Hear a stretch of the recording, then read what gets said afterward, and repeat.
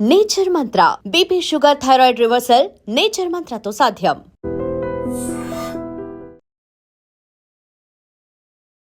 నమస్కారం, welcome to I dream. ధర్మ మార్గం విత్ విజిత కార్యక్రమానికి స్వాగతం.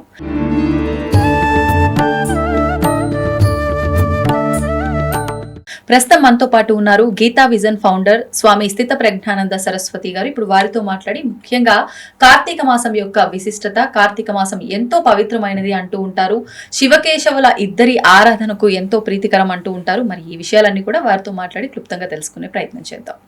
నమస్కారం అండి. నమస్తే. మనకు ముఖ్యంగా కార్తీక మాసము అనేసరికి ఆధ్యాత్మికంగా ఎంతో దగ్గరగా ఉండే మాసం అని చెప్పి అంటూ ఉంటారు. అంటే 12 మాసాలు ఉన్నప్పటికీ కూడా అందులోంచి ఒక 4 మాసాలు చాలా విశేషమని, వాటిల్లో ముఖ్యంగా కార్తీక మాసం ఇంకా ప్రాధాన్యమని అంటూ ఉంటారు. దాంతోపాటు చాలా పవిత్రమైన మాసంగా కూడా భావిస్తూ ఉంటారు. ఒకసారి దాని విశిష్టత గురించి, కార్తీక మాసం విశిష్టత గురించి. వాస్తవానికి ఈ కాలం ఏదైతే ఉందో అది ఈశ్వరుడే కాలంగా ఉంటారు. ఎందుకంటే భగవద్గీతలో కూడా చెప్పారు, కాలోస్మి, నేనే కాలమై ఉన్నాను. అందువలన ఈ 365 రోజులు ఆ పరమేశ్వరుని యొక్క మహిమ విభూతిగా ఉన్నప్పటికీ ఈ 365 రోజుల్లో మనలో ఉన్న ప్రకృతి, ఈ సమష్టి ప్రకృతికి ఏదైతే అనుసంధానమై ఉన్నదో, అంటే వ్యష్టి సమష్టి, మైక్రోకాస్ మ్యాక్రోకాస్మ్ అంటారు. అంటే ఒకటి మరిన్ని అనా? వ్యష్టి అంటే వ్యక్తి, సమష్టి అంటే ఇండివిజువల్, టోటాలిటీ. మనకి వాస్తవానికి మన ఇండివిజువల్ ఏదైతే ఉందో అదే దాని విస్తార రూపమే సమష్టి ప్రపంచం, విశ్వం యొక్క రహస్యం తెలియాలంటే మన నుండి తెలుసుకోవచ్చు. మన లోపల ఏదుందో అదే బయట ఉంది, బయట ఏదుందో అదే లోపల ఉంది నిజానికి. అందువలన ఈ కాలం, దేశకాలం రెండు కూడా ఈశ్వరుని యొక్క విభూతులు. అంటే శుద్ధ చైతన్య పరమాత్మ నుండి ఈ సృష్టి రావాలంటే దేశము, కాలము, వాటి మధ్య సంబంధము అంటారు. మాయా కల్పిత దేశ కాల కలనాం వైచిత్ర్య చిత్రీకృతం మాయావీవ విజృంభయత్యపి మహా యోగీవ యస్వేచ్ఛయా తస్మై శ్రీ గురుమూర్తయే నమయిదం శ్రీ దక్షిణామూర్తయే. శంకరాచార్య రాశారు దక్షిణామూర్తి స్తోత్రంలో. అంటే శుద్ధ చైతన్య పరమాత్మలో ఈ సృష్టి ఉండదు, స్థితి ఉండదు, లయము ఉండదు. అయితే శుద్ధ చైతన్య పరమాత్మను ఆధారంగా చేసుకొని ఒక త్రిగుణాత్మకమైనటువంటి మాయ, అంటే దేశము, కాలము, ఈ రెండు విడదీనివి. అంటే ఐన్స్టీన్ సిద్ధాంతం చెప్పినట్టుగా ఈజ్వల్ MC² ఏదైతే చెప్పారో, time and space inseparable, you cannot separate. So ఆ విధంగా కాలం వచ్చినప్పుడు ఏంటంటే మనకి వాస్తవానికి ఏమవుతుంది, ఈ సమ్మర్ స్టార్ట్ అవుతుంది మార్చి నుండి. సో మార్చి నుండి ఈ జూలై అంటే జూన్ వరకు అనుకోండి, మే జూన్ వరకు చాలా హాట్గా ఉంటుంది. హాట్లో చాలా ఇబ్బంది పడతారు. తర్వాత వర్షం స్టార్ట్ అవుతుంది, వర్ష ఋతువు స్టార్ట్ అవుతుంది. అప్పుడేటి పాడి పంటలతో అలాగా చాలా బిజీగా అవుతారు. అప్పుడు ఎప్పుడైతే వినాయక చతుర్థి స్టార్ట్ అవుతుందో అప్పటి నుండి మన ఆధ్యాత్మిక తపస్సు స్టార్ట్ అవుతుంది సాధనకి. ఎందుకంటే మనం ఇంకా పంట పొలాలకు వెళ్ళడానికి అవకాశం లేదు, ఆల్రెడీ నాట్లు అన్నీ వేసేసారు కాబట్టి ఇక అక్కడ నుండి వరుసగా మనకి మహాశివరాత్రి వరకు అన్ని పర్వదినాలే, అన్ని సాధన కోసం, ఆధ్యాత్మిక చింతన కోసమే. అందుకే ఈ ఆధ్యాత్మిక చింతన ప్రతిరోజు బ్రహ్మ ముహూర్తం అని ఎందుకు అన్నారంటే ఆ సమయంలో ముందు రోజు బాగా అలసటి చెంది మనం విశ్రాంతి తీసుకునే సమయంలో మనం మళ్ళా రిఫ్రెష్ అవుతాం, రికవరీ అవుతాం, మన ఎనర్జీ లెవెల్స్. అంటే మళ్ళీ మనము ఈ సమష్టి వ్యష్టి ఆ అనుసంధానం అయ్యి మొత్తం బ్యాలెన్స్ అయిపోద్ది అనమాట సిస్టమ్ అంతా. మనం లేచిన వెంటనే వాస్తవానికి ఈ తమో గుణం నుండి సత్వగుణంలోకి వస్తామన్నమాట. ఎర్లీ మార్నింగ్ 3:30 నుండి 6 వరకు ఆ టైమింగ్లో. ఆ సమయంలో ఆధ్యాత్మిక తపస్సు, సాధన, చింతనకి అనుకూలమైనది. ఎందుకంటే ఒక్క సత్వగుణంలో ఉన్నప్పుడు మాత్రమే మీరు ఆధ్యాత్మిక చింతన చేయగలరు. ఒక్కసారి రజోగుణంలో, తమోగుణంలో పడ్డారా ఇక విచ్చలవిడిగా ఈ మనస్సు అనేది చంచలంగానే వెళ్తుంది, లేకపోతే డల్లగా పడిపోతారు. అంటే తమస్సు అధికమైతే పడిపోవడం, రజోగుణం అధికమైతే చంచలంగా మనశ్శాంత లేకుండా అయిపోతుంది. ఆ రెండూ పనికిరావు. అందువలనే బ్రహ్మముహూర్తం అంటే ప్రతి రోజులో బ్రహ్మముహూర్తం అనే 3:30 నుండి 6 వరకు ఎలాగుంటుందో సంవత్సరంలో కార్తీక మాసం అలా ఉంటుంది అన్నమాట. సంవత్సరం మొత్తం 12 నెలల్లో కార్తీక మాసం అంటే వాస్తవానికి చెప్పాను 365 రోజులు పరమాత్మ యొక్క విభూతియే. పరమాత్మ మించినటువంటి యాక్చువల్లీ చెప్పాలంటే ఇక్కడ 2 రకాలుగా మీరు తీసుకోవాలి. మనం కాలము నిజమనుకోని మనం ఎప్పుడైతే జీవిస్తూ ఉంటామో అప్పుడే పలాయన రోజు మంచిది, పలాయని గడియ మంచిది, దుర్ముహూర్తం ఉందా, మంచు కాలం ఉందా, ఇవన్నీ అమృత గడియలు, ఇవన్నీ కూడా మనం కాలం నిజమనుకోని మనం జీవిస్తున్నప్పుడే వర్తిస్తాయి. ఒకవేళ ఈ దేశకాల సంబంధం కూడా మాయా కల్పితం కాబట్టి దానికి ఆధారంగా ఉన్న పరమాత్మయే నా స్వరూపమని పరమాత్మను మీరు ఆశ్రయించినట్లయితే మీకు ప్రతి నిమిషం కూడా అమృత గడియలు అవుతుంది. రోజులో 24 గంటలు అమృత గడియలు అవుతున్నాయి. సంవత్సరంలో 365 రోజులు కూడా అమృత గడియలు అయిపోతాయి. అందువలన ఇక్కడ మనం ఏ లెవెల్లో ఉన్నామని చూసుకోవాలి. చాలా మంది ఇలా చెప్పేటప్పుడు కన్ఫ్యూజ్ అవుతుంటారు. ఈ స్వాములు చెప్తున్నారు ప్రతి అసలు ముహూర్తం అక్కర్లేదు, తీర్థం అక్కర్లేదు అంటున్నారు. అది కాదు, మనం ఎక్కడ ఉన్నామని చూసుకోవాలి. మనము వ్యావహారికమైనటువంటి దేశకాలం ఇవన్నీ వస్తువులు, వ్యవహారం, అనుభూతులు, ఎక్స్పీరియన్స్ ఇవన్నీ సత్యం అనుకునేటప్పుడు అహం బ్రహ్మాస్మి అనేది వర్కౌట్ అవ్వదు. Not correct. అహం బ్రహ్మాస్మి అనేది ఇక్కడ అహంకారం తీసుకొని అహంకారంగా ఉన్న వ్యక్తి బ్రహ్మానేస్తున్నాడు. అది చాలా తప్పు. కాబట్టి మనం కాలం దాటి వెళ్తే తప్ప మీరు బ్రహ్మాస్మి అనడానికి వీల్లేదు. అంటే వెళ్ళడం ఎలా స్వామీజీ ఏమైనా నేను ఇంకా I have to give up my body అనుకోను. Just in your thinking, your feeling, you are not identified with body and you are not the body. You are not the body and you are not identified with body. Okay. And you are not the mind. You are not identified with mind. And you are not the intellect and buddhi. And don't identify with buddhi. అప్పుడేమవుతుంది, నేను శరీరాన్ని కాదు కాబట్టి, శరీరంతో నేను తాదాత్మ్యం చెందడం లేదు కాబట్టి, శరీరంలో జరుగుతున్న ప్రతి చేష్టకి నేను సాక్షిగా నిలబడగలుగుతాను. అప్పుడు ఒక స్టెప్. అంటే ఎప్పుడైతే కారు నేను కాదు, కారుతో నేను ఐడెంటిఫై కూడా చేసుకోవట్లేదు. అందువల్ల కారులో జరిగినటువంటి ఏవైనా ప్రాబ్లమ్స్ వచ్చాయనుకోండి, నాకే జరిగిందని మీరు ఫీల్ అవ్వరు. కొంత టైం అయినా వెయిట్ చేయగలుగుతారు. సరే రేపు మనం తీసుకెళ్దాం గ్యారేజ్కి, సర్వీసింగ్ చేద్దాం అలాగా.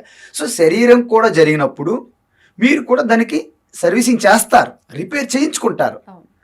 బట్ భయపడేది ఉండదన్నమాట.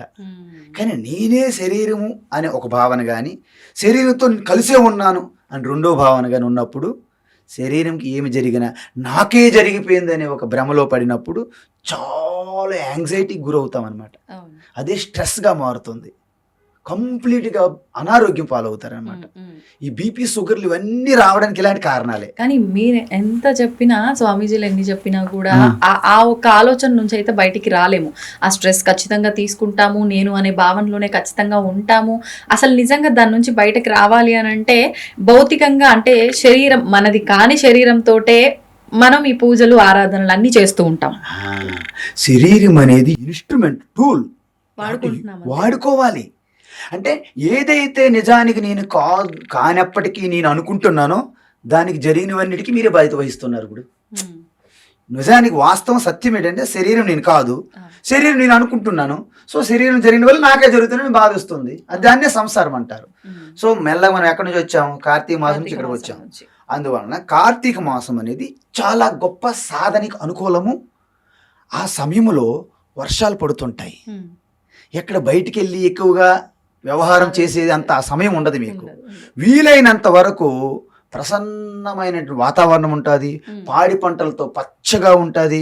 మన చుట్టూ ఉన్నటువంటి వాతావరణం అందరూ కూడా ఆ వాతావరణానికి, ఆధ్యాత్మిక సాధనకి అనుకూలంగా అనుసంధానం అవ్వగలం.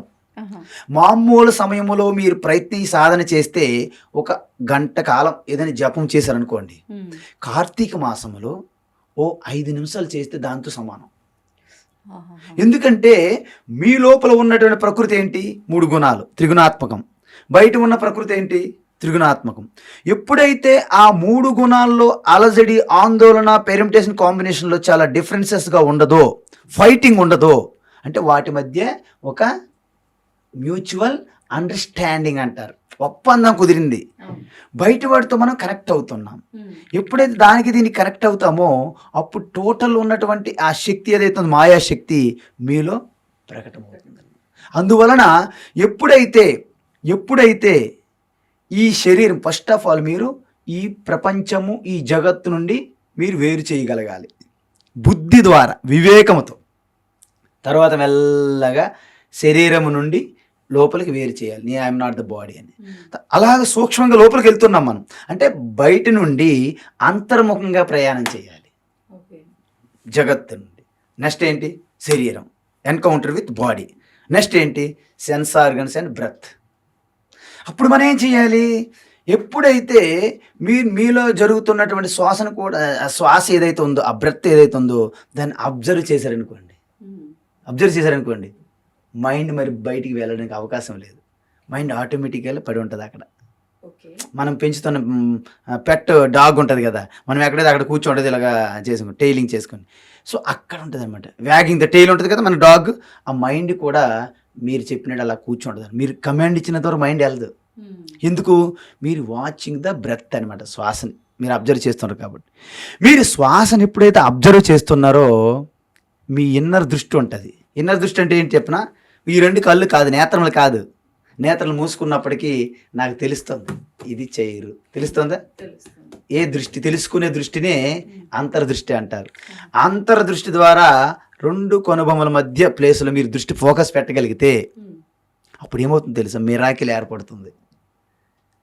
మైండ్ అలాగే అబ్జర్వ్ అయిపోతుంది. ఎక్కడ? మీ హృదయంలో. శ్వాస ఏంటంటే జస్ట్ అలాగ స్లో అవుతూ, ఆనా అపాన అంటే ప్రాణ అపాన అంటే తీసుకునే దాన్ని అపాన అంటారు, విడిచిపెట్టేదాన్ని ప్రాణ అంటారు. ఈ 2 స్లో అవుతూ సమం అవుతాయి అన్నమాట ఈ మొక్క నాసిక అంతరంలో. అప్పుడు ఏమవుతుందంటే కంప్లీట్గా మీరు ఒక ముద్ర స్థితికి వెళ్ళిపోతారనమాట, ఒక ముద్రలోకి వెళ్ళిపోతారనమాట. అంతే కదా? ఆ ముద్ర స్థితి ఏం చేస్తుందంటే మీ హృదయస్థంలో అట్టర్ సైలెన్స్ తీసుకుపోతుందండి, మౌనం, అట్టర్ సైలెన్స్. ఆ అట్టర్ సైలెన్స్ నుండి మీకు శాంతం కదా, దాన్నే శంభు అంటారు. అంటే ఏ ముద్ర అయితే మీకు శంభు దగ్గరికి చేర్చుతుందో దాన్నే శాంభవి ముద్ర అంటారు. మీరు వినుంటారు జస్ట్ క్యాజువల్గా. అంటే ముఖ్యంగా ఇప్పుడు ఈ కార్తీక మాసంలో ఈ ముద్రలు, ఈ సాధనలు చేస్తే ఫలితం ఉంటుంది అంటున్నారు. ముద్రలు ఏమీ చేయక్కర్లేదు, నేను దానికి పేరు పెట్టాను శాంభవి ముద్ర అని. అది మీకు తెలియకుండా కూడా అప్పుడప్పుడు మీరు చేస్తుంటారు, దాన్ని నేను పేరు చెప్పాను అంతే. అందువలన మనం భయపెట్టకూడదు ఎవరికైనా. సింపుల్ ఏంటంటే కార్తీక మాసంలో ఇది నేను మీకు అయ్యేష్ సాధనలో చెప్పా, ఇది మాకు కష్టం అన్నారనుకోండి, నో ప్రాబ్లం, కిందకి దిగుదాం. భగవద్గీతలు అలాగే చెప్పారు. ఫస్ట్ అయ్యేష్ సాధన చెప్పారు అర్జునుడికి, నాకేది కష్టంగా ఉన్నది, 1 స్టెప్ కిందకి వచ్చారు. అయితే ఏదైతే మీ లోపల ఉన్నటువంటి ప్రకాశం అంటే మీరు జ్యోతి అనుకోకూడదు. నేను తెలుసుకొని చూసారా, నేత్రాలు మూసినా నేను తెలుసుకున్నాను కదా, దాన్నే జ్యోతి అంటారు. అంటే తెలుసుకునే దానిని జ్యోతి స్వరూపం అంటారు. అందుకే ఏ ప్రకాశంలో అయితే మనం వస్తువులను తెలుసుకుంటున్నామో, ఏ ప్రకాశంలో అయితే మనం వ్యవహారం చేస్తున్నామో దాన్నే తెలుసుకోవడానికి ఉపయోగపడే జ్యోతి అంటారు. అది బయట ఉంటే ఈ ప్రకాశం అంటున్నాము, లోపల ఉంటే చైతన్యము అంటున్నాం కదా. సో ఆ చైతన్యం అనేది అంతటా ఉంది, లోపల బయట ఉన్నది. ఆ జ్యోతిని మనము చేరుకోవడానికి మనం బయట ఒక జ్యోతి వెలిగిస్తున్నాం. ఎందుకు? దాన్ని టచ్ చేయడానికి. అందుకే మనం కార్తీక మాసంలో ఆ యొక్క 1,000,000 దీపోత్సవాలు, 1,00,000 దీపోత్సవాలు అని పాపులర్గా చేస్తుంటారు. ఎందుకు? జ్యోతి అంటే ఏంటంటే అంధకారాన్ని చెదరగొట్టేది. ఇప్పుడు ముఖ్యంగా అండి మనకున్న పురాణాల్లో మనం ఆచరిస్తున్న ప్రతి విధానం గురించి, ఆచరించాల్సిన విధానాల గురించి కూడా ఉంది విశ్లేషణ అనేది క్లియర్గా అని చెప్పి అంటూ ఉంటారు. ముఖ్యంగా ఈ కార్తీక మాసం విషయానికి వస్తే స్కాంద పురాణంలో, పద్మ పురాణంలో చాలా గొప్పగా ఈ మహత్యం అంతా కూడా వివరించబడింది అని చెప్పి నేను విన్నాను. ఇది వాస్తవం అసలు ఏముంది ఆ పురాణాల్లో మాసం గురించి? అంటే పురాణాలు ఏం చెప్తారంటే, ఏదైతే వేదముల్లో ఒక తత్వం, ఆత్మస్వరూప తత్వం చెప్పాలనుకున్నారో, వేదముల ద్వారా వచ్చిన ఆత్మతత్వాన్ని ఉపనిషత్తులు అంటారు, బ్రహ్మ విద్య. అవి ఎలా ఉంటాయంటే, మీరు ఆ స్థితికి సంసిద్ధంగా ఉంటే తప్ప ఉపనిషత్తులు అర్థం చేసుకోలేరు. కానీ ఎవరిని విడిచిపెట్టడానికి లేదు కదా, ఈ సమాజంలో ఎవరిని విడిచిపెట్టడానికి లేదు, అందరినీ కొన్ని కలుపుకొని రావాలి. అంటే ఒక క్లాసులో ఫస్ట్ క్లాస్ స్టూడెంట్స్ ఉంటారు, మిడిల్ క్లాసులు ఉంటారు, లో క్లాస్ స్టూడెంట్స్ ఉంటారు. కానీ టీచర్ యొక్క దృష్టి ఏముంటుందంటే, ఫస్ట్ క్లాస్ స్టూడెంట్కి హెల్ప్ చేస్తూ ఆ లో క్లాస్ స్టూడెంట్ని కూడాను ఏదో రకంగా పాస్ చెయ్యాలి అనే ఒక దృక్పథం ఉంటుంది నిజమైన టీచర్కి. ఋషుల యొక్క దృక్పథం కూడా అదే. మీరు ఉత్తమ స్టూడెంట్స్ ఉన్నారనుకోండి, మీకు డైరెక్ట్గా ఉపనిషత్తులతోనే మీరు you can realise yourself. You no need to go for Puranas and no need to go all ఈ యొక్క గారిడీలు, ఈ పిల్లి మొగ్గలు వేయడానికి అవసరం లేదు. కానీ అందరికీ సాధ్యం కాదు కదా, ఎందుకంటే మనం అందరం ఆత్మస్వరూపులమే, పరమాత్మ స్వరూపులమే, అందులో డౌట్ లేదు. కానీ ఈ ప్రకృతి ఏదైతే ఉందో అది శాశ్వతం కాదు. మనందరికీ ప్రకృతులు వేరు వేరు, భిన్నం. 3 గుణాల్లో తేడా. 3 గుణాలు అంటే సత్వగుణము, రజోగుణము, తమో గుణము. ఆ 3 గుణముల నుండే మన సూక్ష్మ శరీరం అంటే మనసు, బుద్ధి, ఇంద్రియములు, స్థూల శరీరం, ఈ యొక్క స్థూల దేహము, ఇవన్నీ వచ్చాయి. సో వీటిలో ప్రతి వ్యక్తికి తేడా ఉంటుంది. వాటికి అధిగమించి అన్నిటికీ ఆధారంగా ఉన్నటువంటి ఆ చైతన్యం మన సమానం. అది సత్యం, జ్ఞానం, అనంతం, బ్రహ్మ. కాబట్టి దానిని చేరుకోవడానికి ఉపనిషత్తులు ఇచ్చినటువంటి ఉపదేశం సరిపోతుంది. కానీ అందరికీ అది అందుకునే స్థితిలో లేరు. కాబట్టి ఆ ఉపనిషత్తుల యొక్క బ్రహ్మ విద్యనే, ఆత్మజ్ఞానాన్ని ప్రతి ఒక్కరికి అందాలి. కాబట్టి ఒక కథల రూపములో ఇమాజినేషన్ చేయడం అన్నమాట. ఉపనిషత్తుల్లో ఏ శివ చెప్పారో ఆ శివ యొక్క తత్వాన్ని అలాగ పిక్చరైజేషన్ చేశారనమాట, ఇమాజిన్ చేశారు. ఎవరు? ఋషులు. మీరు నేను కాదు ఇమాజినేషన్ చేసింది. అంటే ఒక శివ తీసుకునేటప్పుడు, ఒక గణపతి తీసుకునేటప్పుడు, ఒక విష్ణు తీసుకునేటప్పుడు వారి యొక్క ఆ పిక్చర్లో ప్రతి అణువు కూడా తత్వానికి ఇండికేట్ చేసి ఉంటుంది అనమాట. కానీ ఆరంభంలో తత్వం తీసుకొస్తే అర్థం చేసుకోలేము. మీ ఇంతకుముందు చాలాసార్లు చెప్పుంటాను నా యొక్క ప్రవచనాల్లో. వర్షం పడుతుంది అని చిన్న పిల్లడు 3 years 4 years పిల్లవాడు అడిగినప్పుడు మనం వర్షపాతం గురించి ఎక్స్ప్లెయిన్ చేయలేం.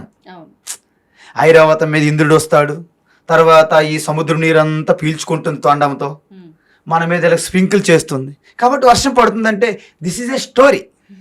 ఈ స్టోరీ ఆయన చాలా అర్థం చేసుకున్నా.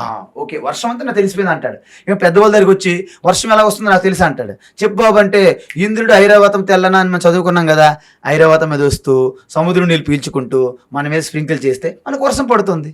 చాలా బాగుంది. ఎంతవరకు బాగుంది పిల్లవాడికంటే 6th class 7th class వెళ్ళినంత వరకు వాడికి కొంత జ్ఞానం. అప్పుడు జియోగ్రఫీ ఉంటుంది కదా, భూగోళ శాస్త్రంలో అప్పుడు చదువుకుంటాడు అనమాట వర్షపాతం ఎలా వస్తుందని. అప్పుడు ఇదంతా కూడా బ్లఫ్ అని తెలుసుకుంటాడనమాట. సో చిన్నప్పుడు ఏదైతే పెద్దవాళ్ళు, నాయనమ్మ, తాతలు చెప్తుంటారో వాళ్ళందరూ నాకేదో అప్పటికప్పుడు టైంపాస్ చెప్పారు తప్ప అది సత్యం కాదు అనిపిస్తుంది అనమాట. సో మనందరం కూడా గడ్డములు, మీసములు వచ్చినటువంటి మీలాంటి వాళ్ళు, ఆడపిల్లలు కూడా జుట్టు పండిపోయి మీరు పెద్దోళ్ళు అయిపోయినప్పటికీ, మీ నాయనములు అయిపోయినప్పటికీ ఆత్మతత్వం విషయంలో మీరు బేబీసే, చిన్నపిల్లలే. అర్థమవుతుంది కదా. కాబట్టి మీకు డైరెక్ట్గా సత్యం, జ్ఞానం, అనంతం, బ్రహ్మ అంటే నువ్వు శరీరం కాదు, నువ్వు ఇంద్రియాలు కాదు, నువ్వు మనసు కాదు, నువ్వు బుద్ధి కాదు, వీటన్నిటికీ వెలుగిస్తున్న ఆ చైతన్యం విషయం అనుకోండి, మన కింద మీద చూస్తే ఏం అర్థం కాదు. నేను ఇదేది కాకపోతే నేను ఎలా వింటున్నాను, మీరు ఎలా చెప్తున్నారు, మీరు ఎలా తింటున్నారు, ఇలాంటి క్వశ్చన్లు వేస్తారనమాట. సో ఇలాగ మీకు చెప్పడం కాదు. కాబట్టి అప్పుడు మనము ఒక స్టోరీ తీసుకొస్తాం అనమాట. స్టోరీ తీసుకొస్తాం. ఎలా తీసుకొస్తాం? సపోజ్ రాముడు అరణ్య వనవాసానికి బయలుదేరాడా? ఎవరెవరు బయలుదేరారు? రామ, లక్ష్మణ, సీతమ్మ ముగ్గురు వెళ్ళారు. ముగ్గురు వెళ్తే అక్కడ నది దాటాలి కదా, గంగా నది. అక్కడ గుహుడు ఉన్నాడు, చూశాడు. ఆ శ్రీరామచంద్రుడిని గుర్తించాడు. అందువల్ల ఏమీ తెలియనట్టు యాక్టింగ్ చేస్తున్నాడు అనమాట, ఆ చుట్ట కాల్చుకుంటూ.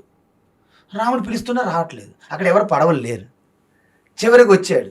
వచ్చి ఏమంటాడంటే, నా మమ్మల్ని దాటించండి అంటాడు. ఆయన ఏమంటాడు? కుదరదు, నేను దాటించను అంటాడు.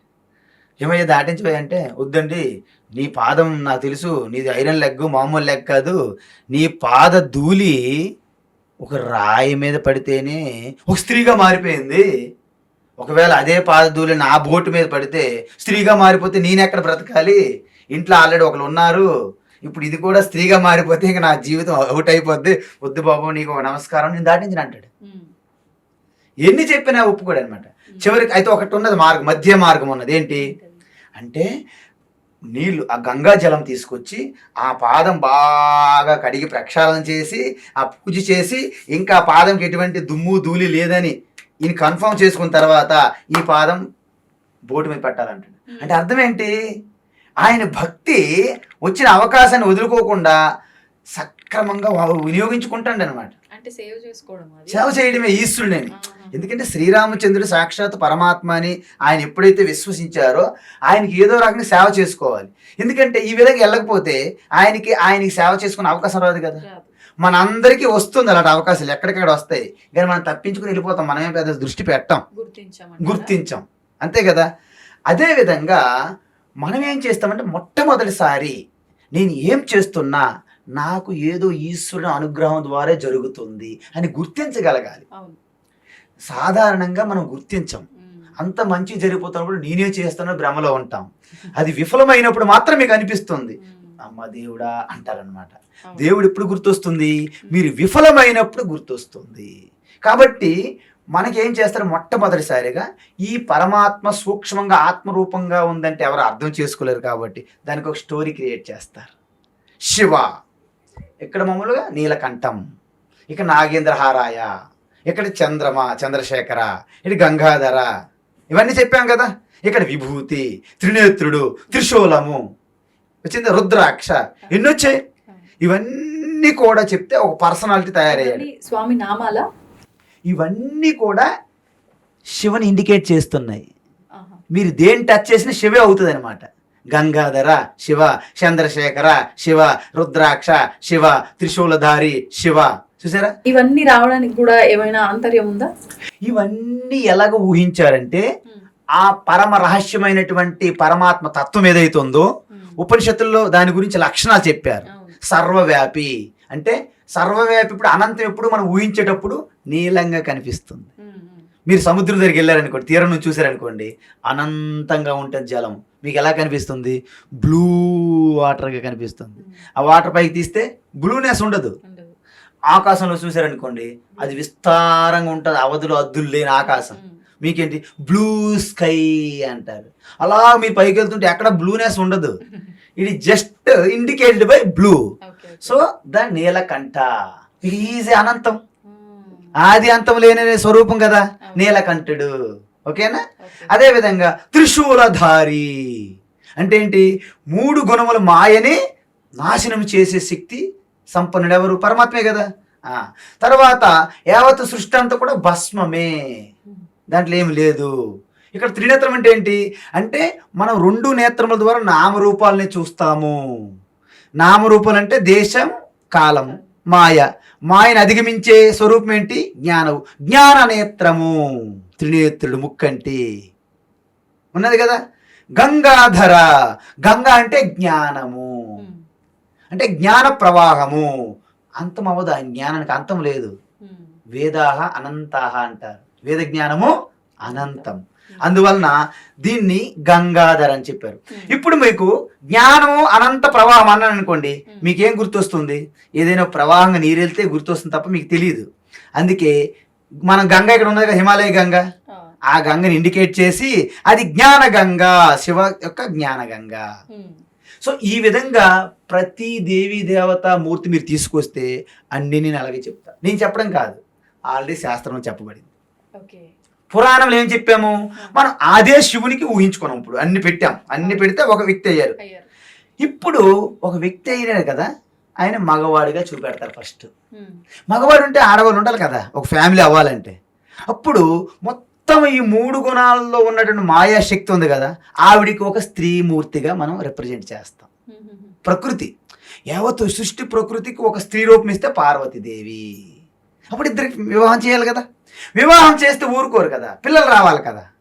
అప్పుడు గణపతి గణపతి అంటే జ్ఞానశక్తి. అందుకే చూడండి, ప్రకృతి నుండి ఏ జ్ఞానశక్తి, ప్రకృతి 2 శక్తులు ఉంటాయి. ఒకటి జ్ఞానశక్తి, 2 క్రియాశక్తి. క్రియాశక్తి ఎనర్జీ, జ్ఞానశక్తి విజ్డమ్. సో జ్ఞానశక్తి ఇండికేటెడ్ బై గణపతి, క్రియాశక్తి ఎనర్జీ ఇండికేటెడ్ బై సుబ్రహ్మణ్య స్వామి. ఎక్కడి నుంచి వచ్చాయి? మాయాశక్తి. మాయాశక్తి ఎవరికి అధిష్టానము? శివ. ఇదంతా ఫ్యామిలీ అయిపోయింది చూసారా? అంటే ఈ తత్వము ఒక కథగా, ఒక స్టోరీగా రిప్రజెంట్ చేస్తారన్నమాట. ఇప్పుడు మనం ఏం చెయ్యాలి? అందులో కూడా ఇంకొక స్టోరీ ఉంటుంది. ఈ యొక్క క్రియాశక్తి జ్ఞానశక్తి మధ్య పోటీ వస్తుంది అనమాట, కాంపిటీషన్. అప్పుడు ఏం చేస్తారు? క్రియాశక్తికి నాలెడ్జ్ లేదు కదా, సో మొత్తం బ్రహ్మాండం తిరగాలనుకుంటారు. జ్ఞానశక్తి ఏంటి? మీరు అనుకుంటున్నటువంటి ఈ సృష్టికి చైతన్యము, పురుష, ప్రకృతి, మాత.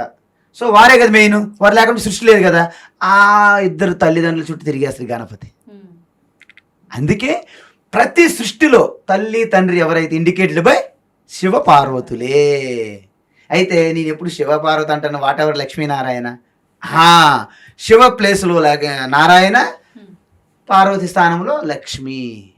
ఎందుకంటే ఒక్కటే. కానీ మాట్లాడుకోవడానికి మాత్రం స్వామి శివుడు లక్ష్మీదేవి సోదరులు అన్నట్లుగా చెప్తారు.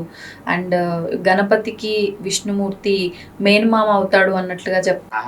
మరి ఇవన్నీ వీళ్ళిద్దరూ ఒక్కటే అయినప్పుడు వరుస లెక్క నుంచి ఇప్పుడు ఏంటంటే, వాస్తవానికి మనం మనుష్య బుద్ధి ఎలాంటిదని, మానవ బుద్ధి ఎలాంటిది, పురుష బుద్ధి ఎలాంటిదంటే, మనం ఏం చేస్తున్నామో ఆ దృష్టికోణంలోనే, ఆస్పెక్ట్స్లోనే చూస్తాం మనం.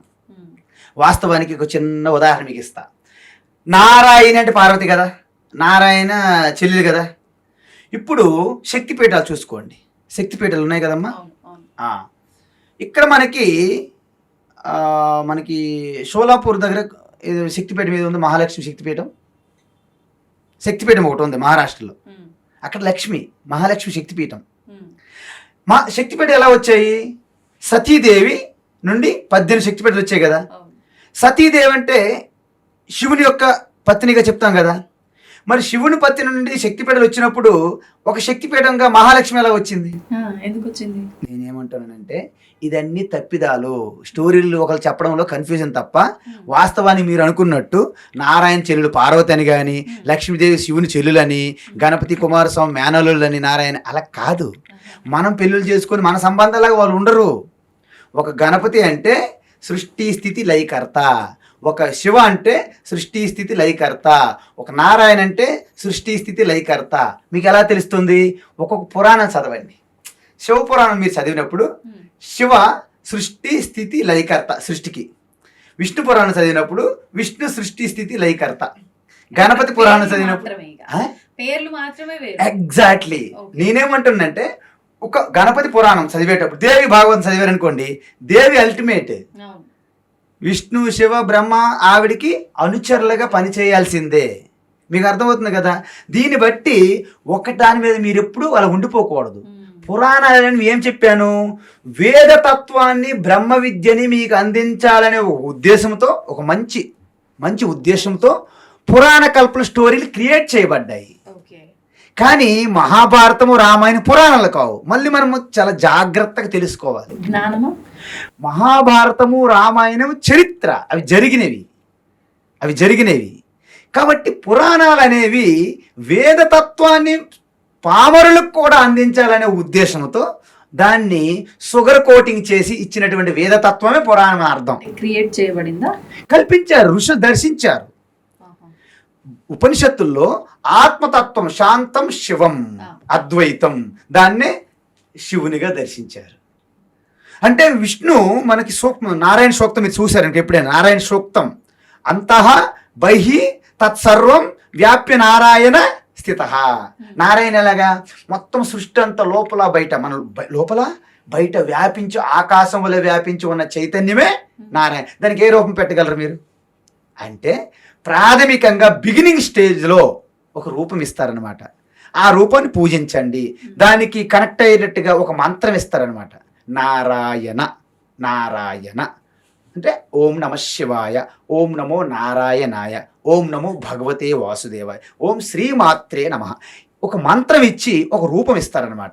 ఎందుకో నేను ముందే చెప్పాను, మీరు ఉపనిషత్తుల ద్వారా చెప్పబడిన బ్రహ్మ విద్యను మీరు అందుకునే స్థితిలో లేరు కాబట్టి మీకు ఒక కథ, ఒక రూపం, ఒక మంత్రం, ఒక స్తోత్రం ఇవ్వడం జరిగింది.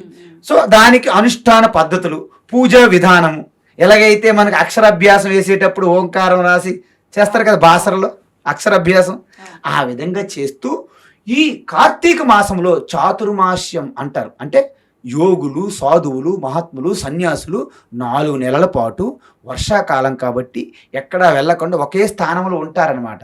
సో అక్కడ సత్సంగాలు, ఈ యొక్క అన్ని భజనలు, కీర్తనలు, మొత్తం సత్సంగం జరుగుతూ ఉంటుంది అనమాట. అందువలనే ఈ సమయం అనేది తపస్సుకి అత్యంత అనుకూలం. కానీ అది కార్తీక మాసం సగంలోనే అయిపోతుంది కదండి. కార్తీక మాసం కూడా అయిపోతుంది కదా, ఏకాదశి వరకే చాతుర్మాస దీక్షలు కంప్లీట్ అయిపోతాయి కదా. యాక్చువల్గా November 5 ఉంది కదా, అంటే కార్తీక పౌర్ణిమ రోజు, ఆ రోజుతో అయిపోతుంది. ఎందుకంటే ఈ టైం అయిపోయింది ఆల్రెడీ. ఇక వర్షాలు కూడా ఆగిపోతాయి. వర్షాలు ఆగిపోయినప్పుడు మహత్తులు ఒక దగ్గర ఉండరు కదా, మళ్ళీ సంచారంలో ఉంటారు కాబట్టి. సో దీన్ని అత్యంత అనుకూలమైన గొప్ప సమయముగా కేటాయించడం జరిగింది, చెప్పడం జరిగింది. అప్పుడు మనం ఏం చేస్తాము, ఏది చెప్పాలన్నా దానికి కొంత పబ్లిసిటీ అవసరం. నేను కార్తీక మాసం గురించి పెద్దగా పబ్లిసిటీ చేయకపోతే కార్తీక మాసం వ్రతం చెయ్యాలనే ఉత్సాహం మీలో కలగదు. అంతెందుకు, భగవద్గీత అర్జునుడు చెప్పినటువంటి కృష్ణ పరమాత్మ భగవద్గీత యొక్క ప్రమోషన్ కూడా చేశారు ఆయన. ఇది అందరికీ చెప్పకూడదు, ఎవరికైతే తీవ్రమైన తపస్సు చేసి శ్రద్ధాభక్తి కలిగి ఉంటారో, ఎవరైతే ఈ గీత పైన కానీ నాయందు కానీ అసూయ భావం ఉండదో అలాంటి వాళ్ళకి మాత్రమే గీత బోధించండి అని చెప్పారు. దీన్ని బట్టి మనకి ఏమర్థమైంది, మనం గీత తెలుసుకోవాలంటే మనం మంచిగా ఉండాలని అర్థమవుతుందా? తర్వాత గీతా జ్ఞానం ద్వారా మీకు మోక్షం తథ్యం.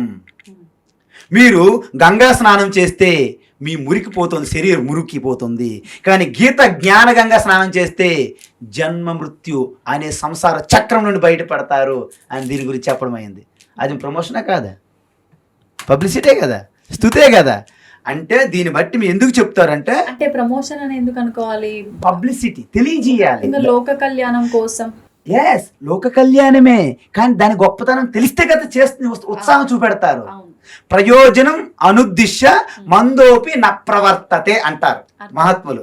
ప్రయోజనం లేకపోతే ఎంత జడుడు అయినప్పటికీ అది చేయడానికి ఉత్సాహం చూపెట్టరంట. సో దాని గురించి గొప్పతనం చూపెట్టాలి. నాయన మీరు జిమ్కి వెళ్తారు, ఎందుకు వెళ్తారు? ఎంత కష్టపడి జిమ్లో లాగా స్వెట్టింగ్, టాయిలింగ్ ఎందుకు? నువ్వు చాలా యాక్టివ్గా ఉంటావు, మంచి ఎనర్జెటిక్గా ఉంటావు, నీ యొక్క ఆరోగ్యం బాగుంటుంది, అంతే కదా. ఇప్పుడు డైటింగ్ చేయాలనుకుంటున్నారు, ఎందుకు చేస్తారు? మీ ఆరోగ్యం బాగుండాలని, అంతే కదా.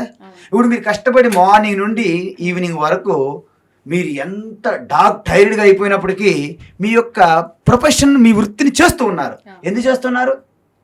నెలాఖరికి మీకు కొంత పారితోషికం వస్తుంది, దాని ద్వారా ఇల్లు గడపాలి కదా. ప్రయోజనం ఉందా లేదా? ప్రయోజనం లేకుండా అమ్మ ప్రతిరోజు morning 10 to 6 o'clock no pay nothing వచ్చి చెయ్యండి అంటే మీరు చేస్తారా? చెయ్యరు. మీరు బాగా చేస్తే మీకు ప్రమోషన్ వస్తుంది, మీ స్కేల్ ఇంక్రీజ్ అవుతుంది, అంటే మీరు ఇంకా ఉత్సాహంతో కష్టపడి చేస్తారు.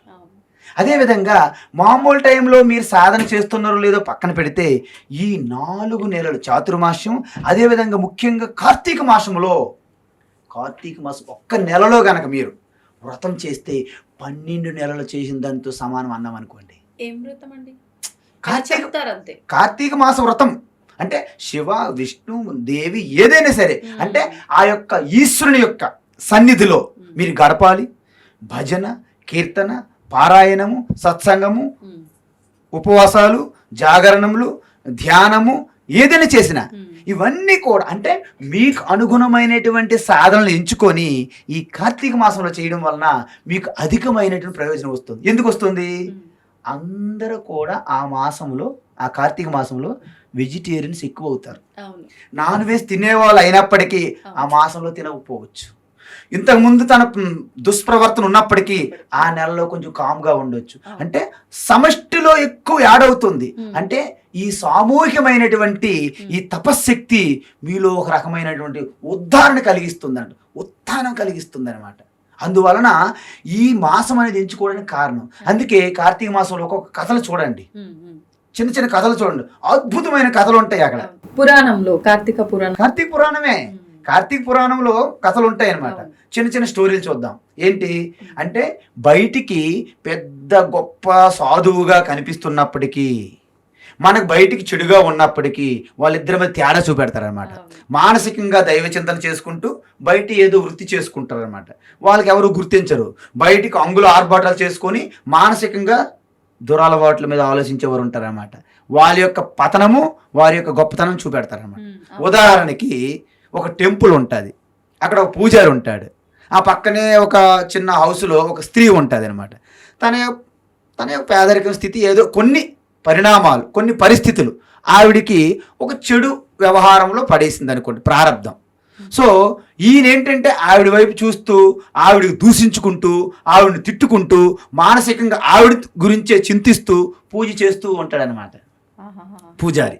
ఓకే, ఆవిడ ఏం చేస్తుంది, బయటికి తప్పని వ్యవహారం జరుగుతున్నప్పటికీ ఈశ్వరుని నమస్కరించి తన తప్పు వ్యవహారం కూడా జరిగిపోతుంది, కానీ మానసికంగా పరమాత్మకి కనెక్ట్ అయి ఉంటుంది.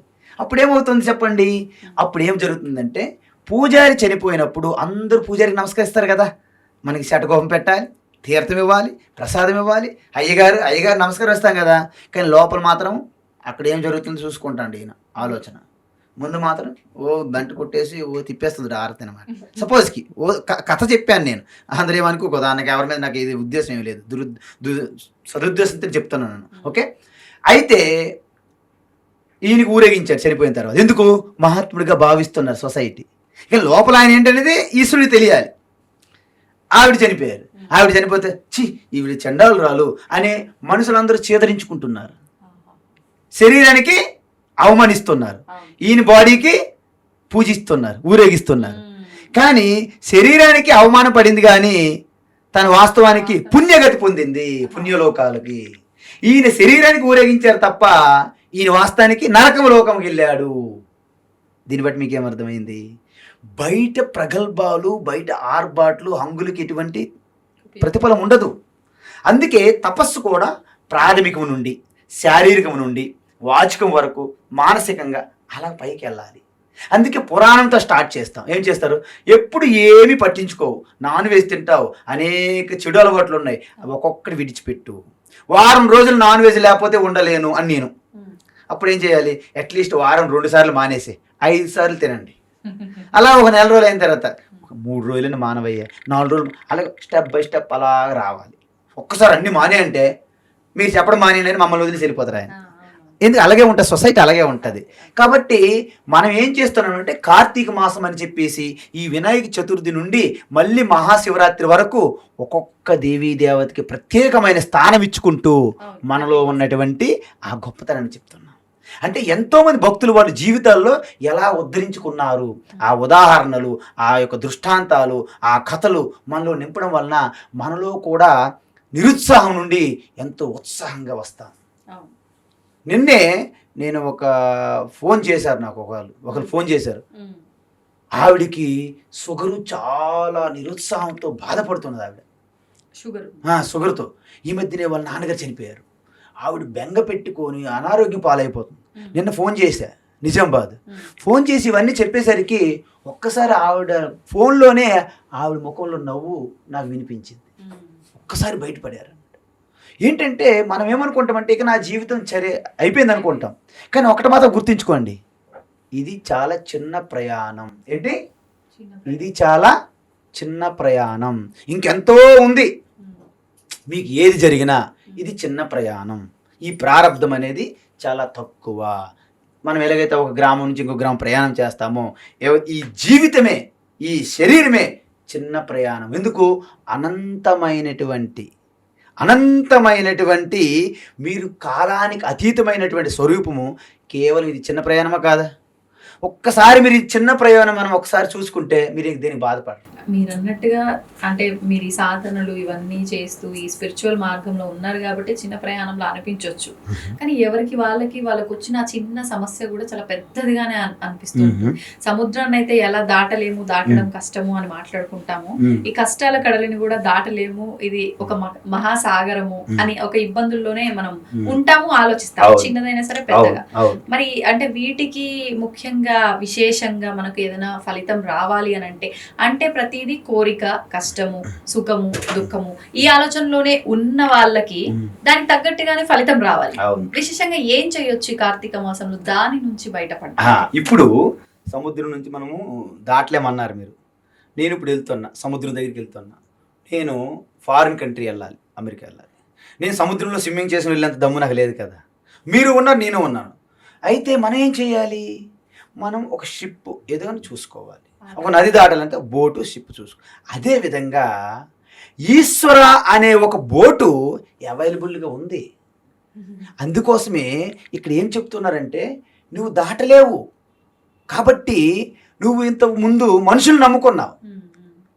వాళ్ళు మీకు కర్చీపులు ఇవ్వడం మొదలెట్టారు, హ్యాండ్ ఇవ్వడం మొదలెడతారు. It's common.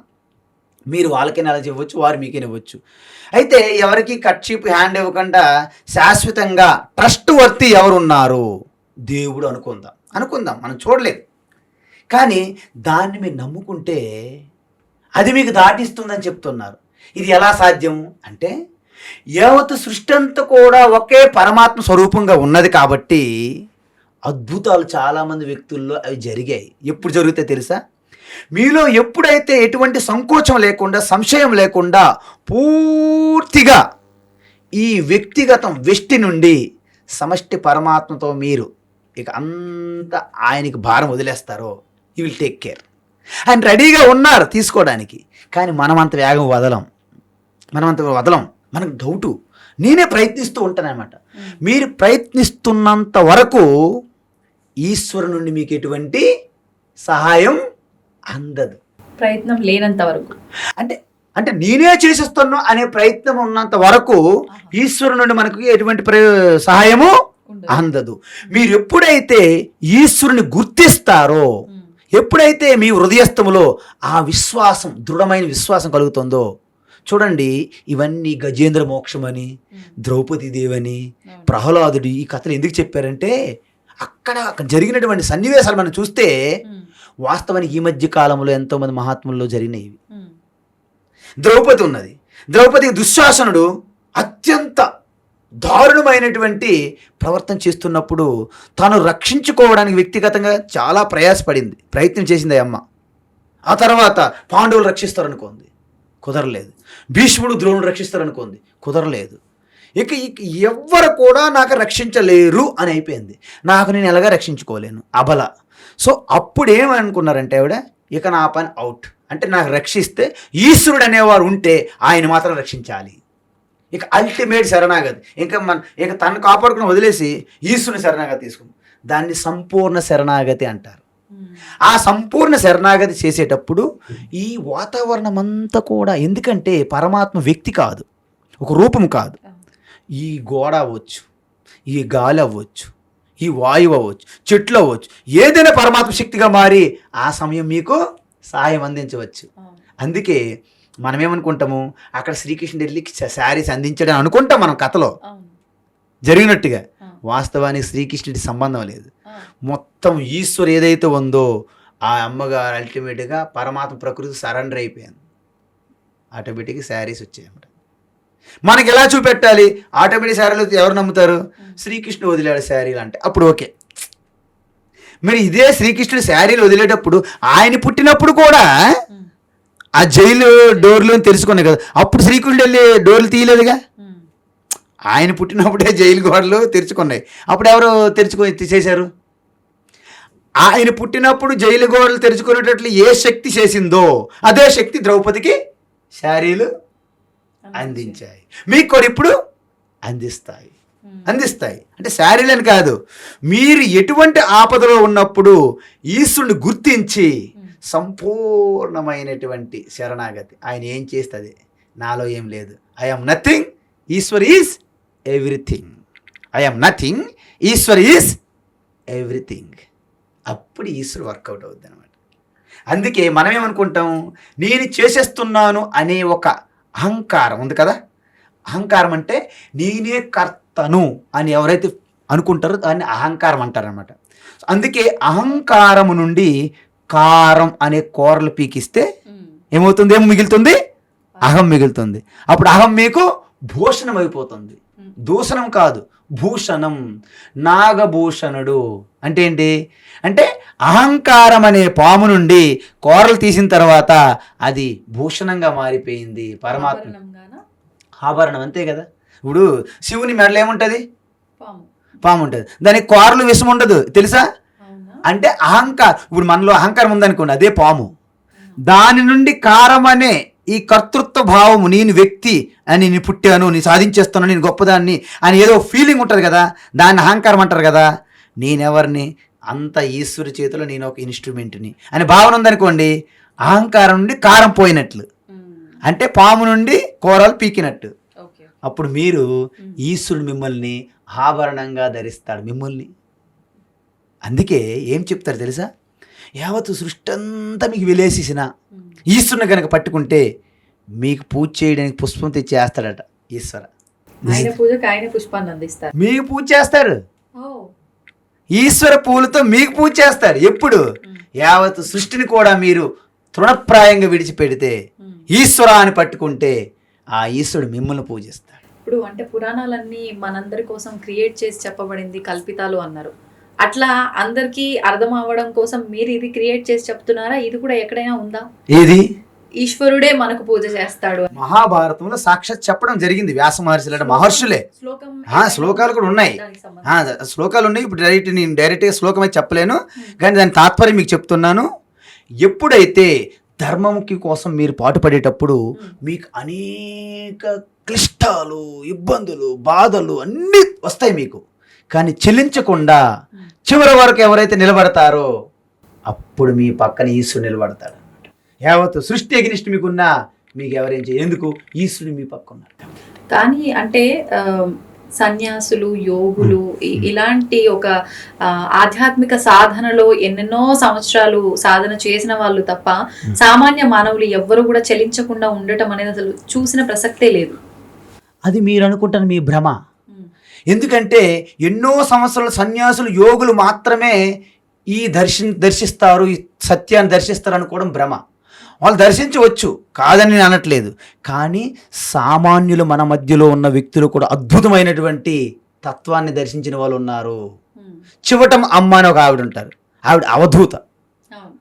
ఇప్పుడు త్రైలింగ స్వామి ఇక్కడి నుంచి వెళ్ళారు కాశీ. అదేవిధంగా రమణ మహర్షి 11 సంవత్సరాల ప్రాయంలోనే ఏమీ చదువుకోలేదు, పెద్ద సాధన కూడా ఏం తెలియదు. అరుణాచలం అనగానే వెంటనే పూర్వజన సుకృతం అంతా ఒక్కసారి ఆయనకి జ్ఞప్తికి వచ్చి వెళ్ళిపోయారు. ఆయన అక్కడ 11 సంవత్సరాల పాటు ఆ గుహల్లో ఆయన తపస్సు చేసుకున్నాడు. ఒక్కసారి ఈ ఐడెంటిఫికేషను, ఈ జగత్తు, ఈ యొక్క నేము ఫేము, ఈ గొప్ప ఏవైతే అన్ని విడిచిపెట్టేశారో తన స్వరూపం ఒక్కసారి ఆయనకి జ్ఞప్తికి వచ్చింది.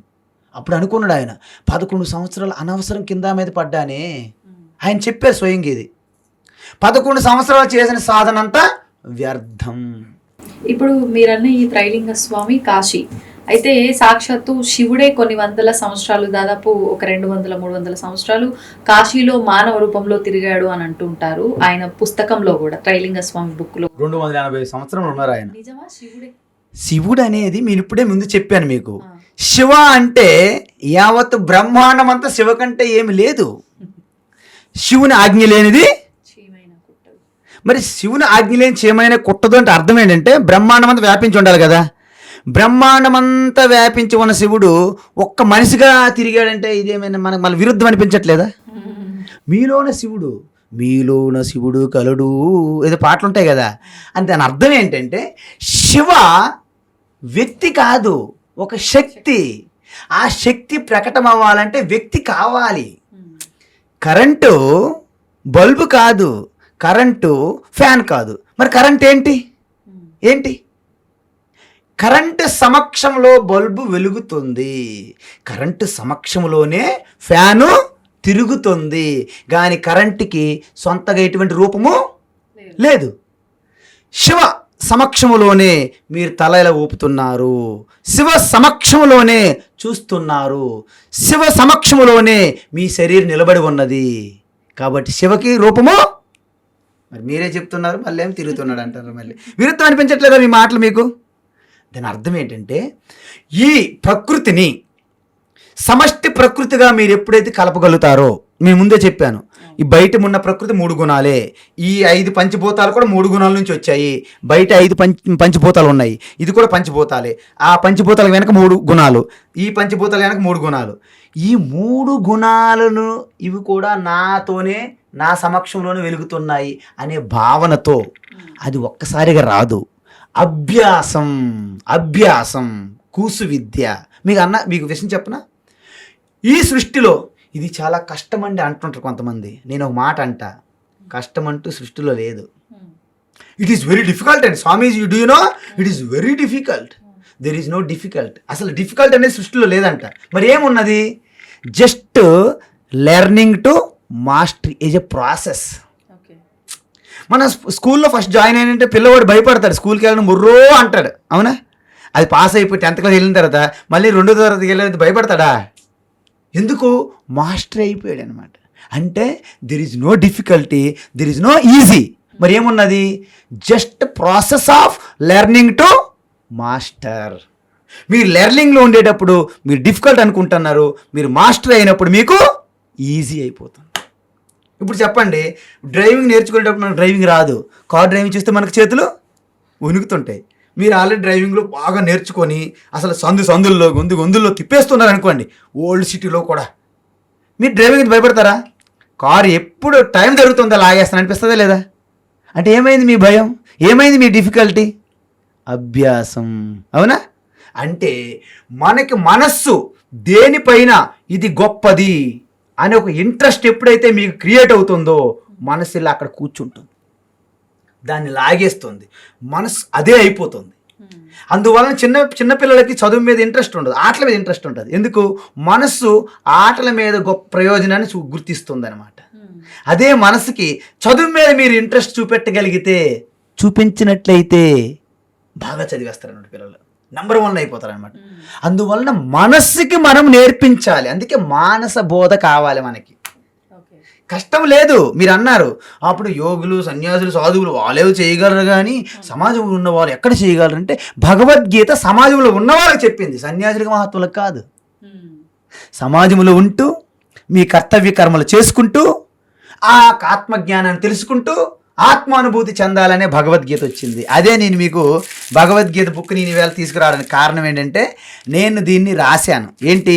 భగవద్గీతను నేను రాయలేదు, ఆ శ్లోకాలకి తాత్పర్యం ఏదైతే ఉందో అత్యంత సులభంగా, స్పష్టంగా, శ్లోకం చదవడం కూడా చాలా తేలిగ్గా ఉండేటట్లు 4 పాదములుగా విడదీసి, వాటికి వేరు వేరు కలర్స్తో పెద్ద పెద్ద ఫాంట్ సైజు పెద్దగా చేసి, ఆ యొక్క తాత్పర్యం కూడా ఉపనిషత్తుల్లో చెప్పిన తాత్పర్యం డైరెక్ట్గా అర్థమయ్యే రీతిలో, అంటే మన న్యూస్ పేపర్ అలాంటి లాంగ్వేజ్లో రాసి, కొన్ని శ్లోకాలకి బొమ్మలు కూడా, ఫొటోస్ కూడా యాడ్ చేసి ఈ బుక్ రాయడం జరిగింది. అతి తొందరలోనే దీన్ని విడుదల చేయబోతున్నాం. అందువలన భగవద్గీత కేవలం సన్యాసులకి, యోగులకని కాదు, ప్రతి వ్యక్తికి, అంటే ఈ భూమండలం మీద ఉన్న ప్రతి మనిషికి భగవద్గీత ఒక మార్గదర్శి. ఎలాగైతే ఒక ఇన్స్ట్రుమెంట్ ఎలా పని చేయాలంటే ఒక మాన్యువల్ ఎలా ఉంటుందో, మనిషి తన జీవిస్తూనే మానవత్వం నుండి దైవత్వంలోకి ఎలా మార్చుకోవాలి అనే ఒక కంప్లీట్ మాన్యువలే భగవద్గీత.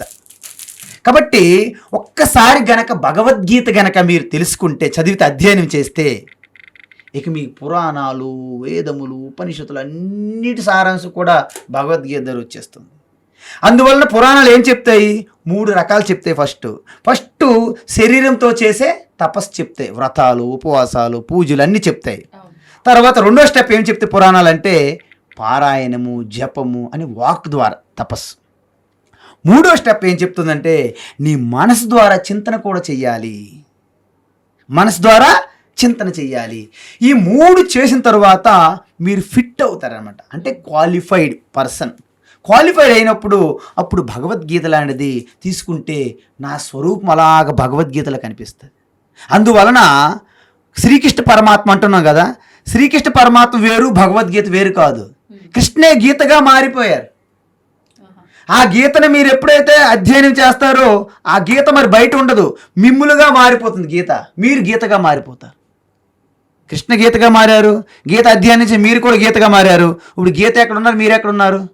మీరు గీత కృష్ణ అంతా ఒక్కటైపోతుంది అన్నమాట. అంతా ఒకటైనప్పుడు ప్రత్యేకించి భగవంతుని మళ్ళీ ఆరాధించడము ఇవన్నీ అవసరం లేదని మీరు చెప్తున్నారు. ఆరాధించడం అవసరం లేదని కాదు, ఈ శరీరం ఉన్నంత వరకు ఈ అభ్యాసం ద్వారా జరుగుతుంది తప్ప అది చేసినా మీరు పొందేదేం లేదు, చెయ్యిపోయినా పోగొట్టుకునేది ఏమి మిగలదని చెప్తున్నాం. ఇప్పుడు చిన్నప్పుడు మనము ఎక్కాలు టేబుల్స్ ఉంటాయి, రోజు రాసేవాడిని నేను చిన్నప్పుడు.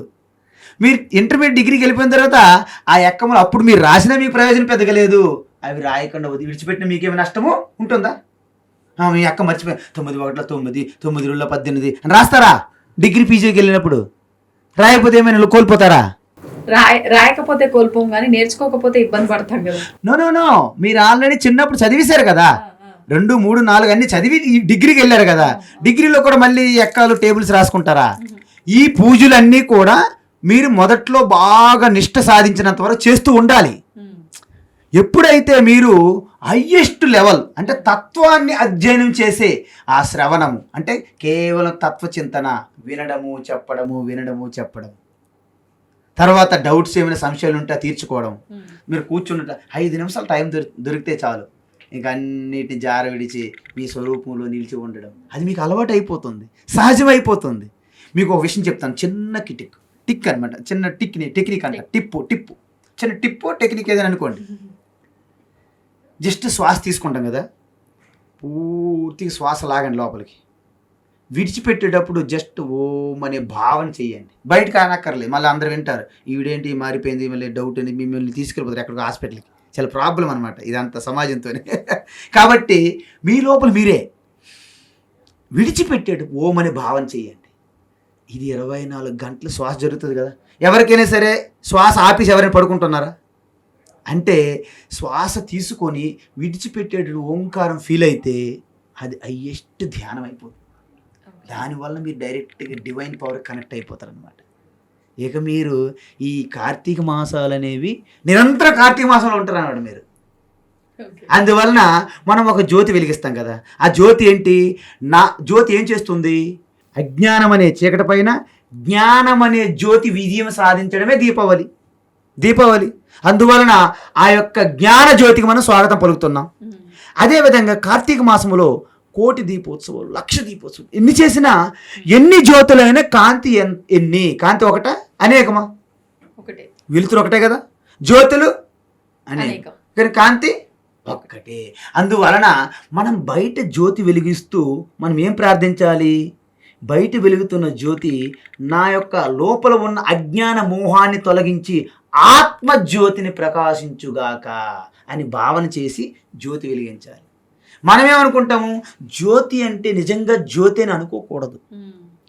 ఈ చైతన్య జ్యోతికే ప్రతిరూపంగా మనం బయట జ్యోతి వెలిగిస్తున్నాము. కార్తీక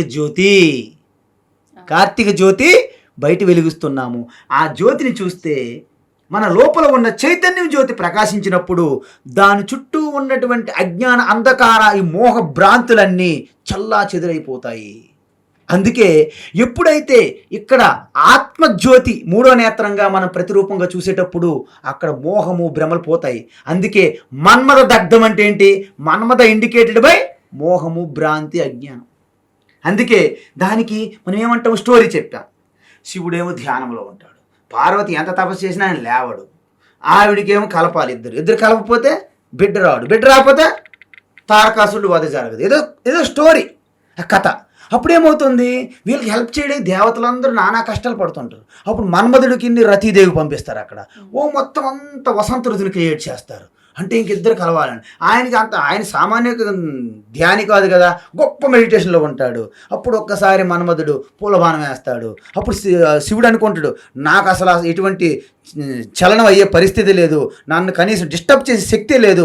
ఎవరు ఇంటి చూస్తాడు? చూసేసరికి ఎదురుగా మన్మధుడు ఉంటాడు. 3వ కన్ను తెరుస్తాడు, దగ్ధమైపోదు. ఇదంతా స్టోరీ. ఎప్పుడైతే నేను చెప్పినట్టు ఈ బయట జ్యోతి మీ ఆత్మజ్యోతిగా మీరు తెలుసుకునేటప్పుడు మనస్సు, బుద్ధి, శరీరం, ఇంద్రియములను కూడా మీ యొక్క ఇన్స్ట్రుమెంట్లుగా మీరు చూడగలుగుతారు. అందువల్ల వాటి వల్ల జరుగుతూ ఉంటాయి. కానీ అయాం అంటే నేను అనే ఒక్కదాన్ని పట్టుకోండి. అయాం, మిగతా జారిపోతాయి. అంటే ఇవన్నీ ఆలోచనలన్నీ జారిపి ఒకే ఆలోచన మిగిలి ఉంది. ఏంటది? శివోహం, నేను శివ అని ఉన్నది. చివరికి నేను శివ అనేది కూడా జారిపోవాలి. ఎందుకు? నేను శివ అనేవారు కూడా మిగలరు అక్కడ. కేవలం శివే ఉంటుంది. శివ అంటే వ్యక్తి కాదని చెప్పాను కదా. సో వ్యక్తే లేడు అక్కడ. ఇంకేమున్నది?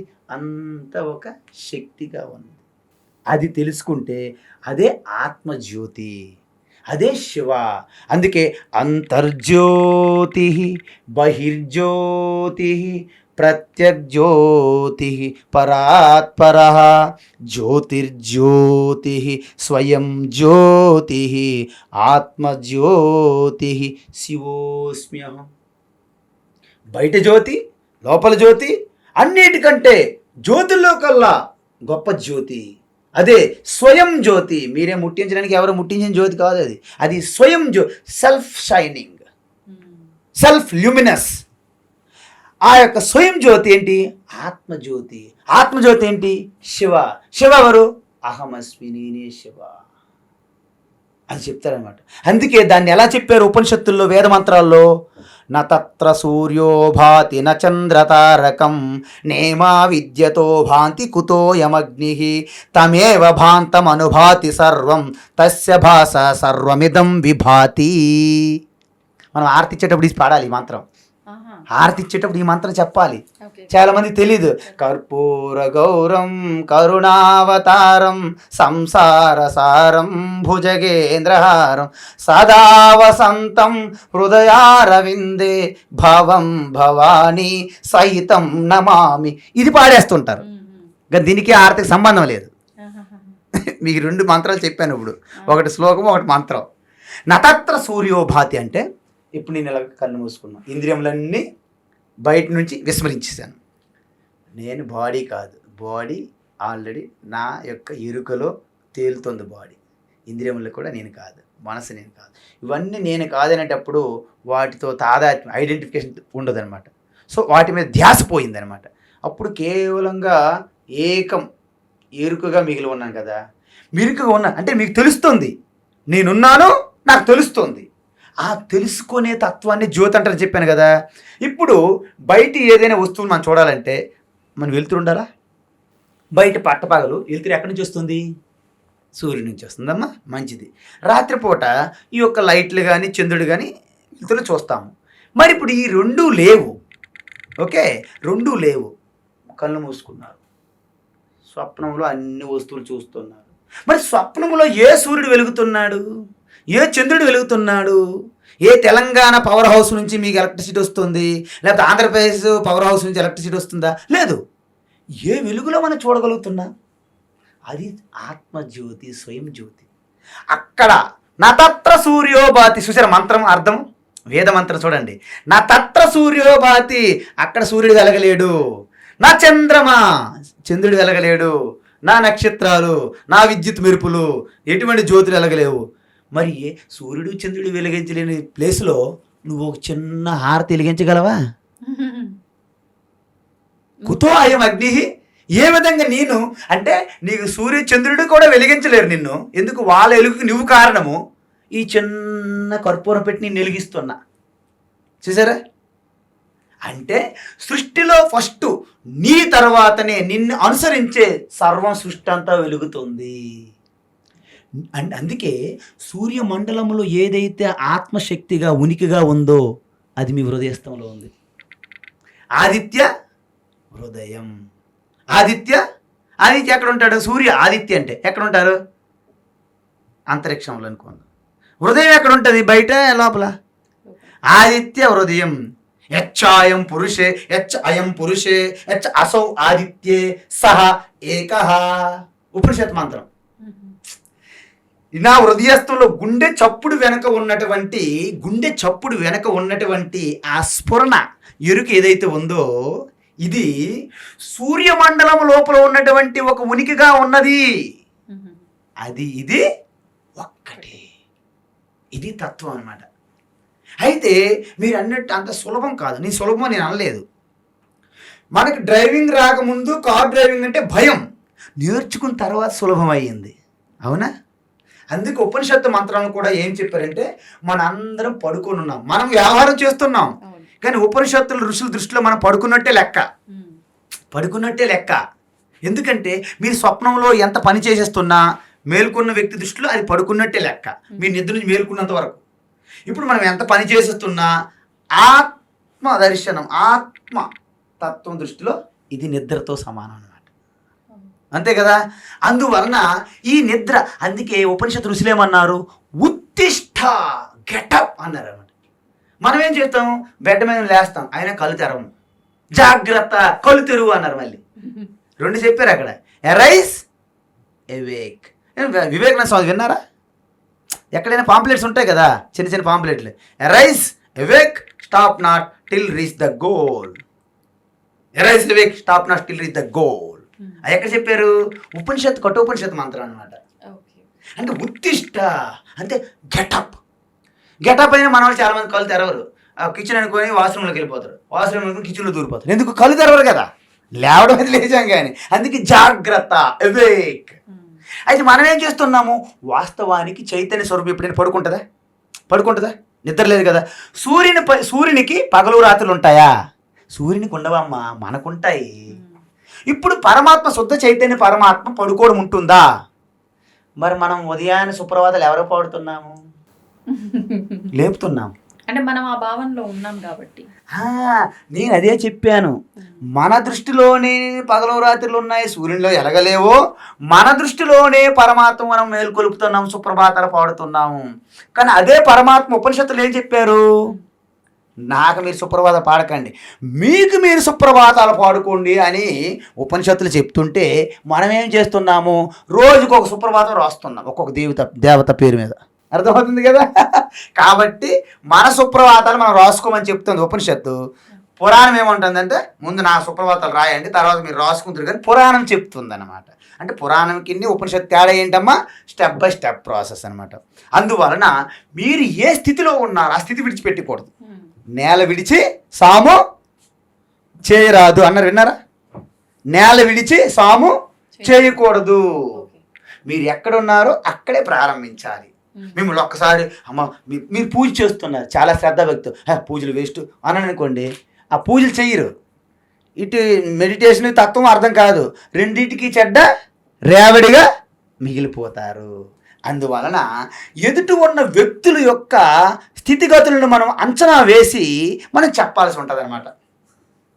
కాబట్టి ఉపనిషత్తులు, ఋషులు, సన్యాసులు, మహాత్ములు చెప్పింది ప్రతి మనిషికి వర్తించదు.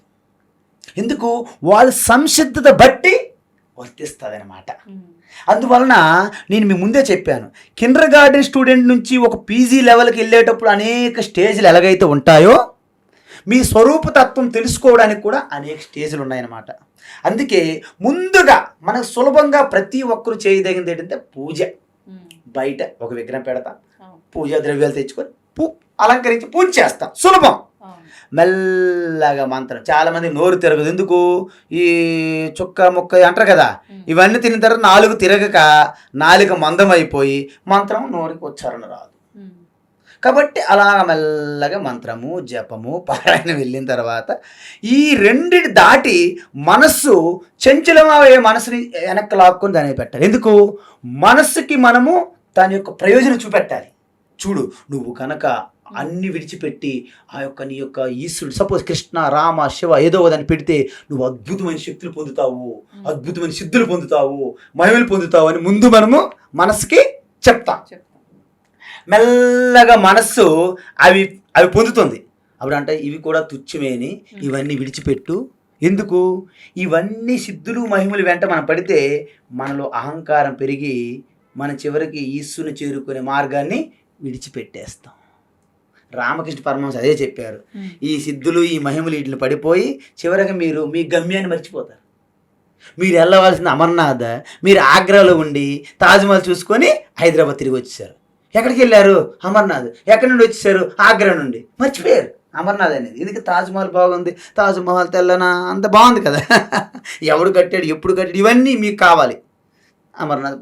కాబట్టి మన టార్గెట్, మన లక్ష్యం, మన గమ్యం మనం పెట్టుకోవాలి. అందువలన ప్రతి ఒక్కరు కూడా ఆత్మస్వరూపులు అయినప్పటికీ మీరు ఉన్నటువంటి స్వభావం ఒకటి కాదు. మనం 4-5 ఉన్నాం ఇక్కడ. మన అందరిలో ఒకటే ఆత్మస్వరూపం, పరమాత్మ ఒక్కటే. కానీ మన అందరి నలుగురు యొక్క బుద్ధులు వేరు వేరు, నలుగురు మనసులు వేరు వేరు, నలుగురు ఇంద్రియాలు వేరు వేరు, నలుగురు శరీరాలు వేరు వేరు, నలుగురు ఇంట్రెస్ట్లు వేరు వేరు, అలవాట్లు వేరు వేరు, నలుగురు తినే ఫుడ్ వేరు వేరు. ఎవరు ఏం ఫుడ్ తింటున్నారో ఎవరో తెలుసు.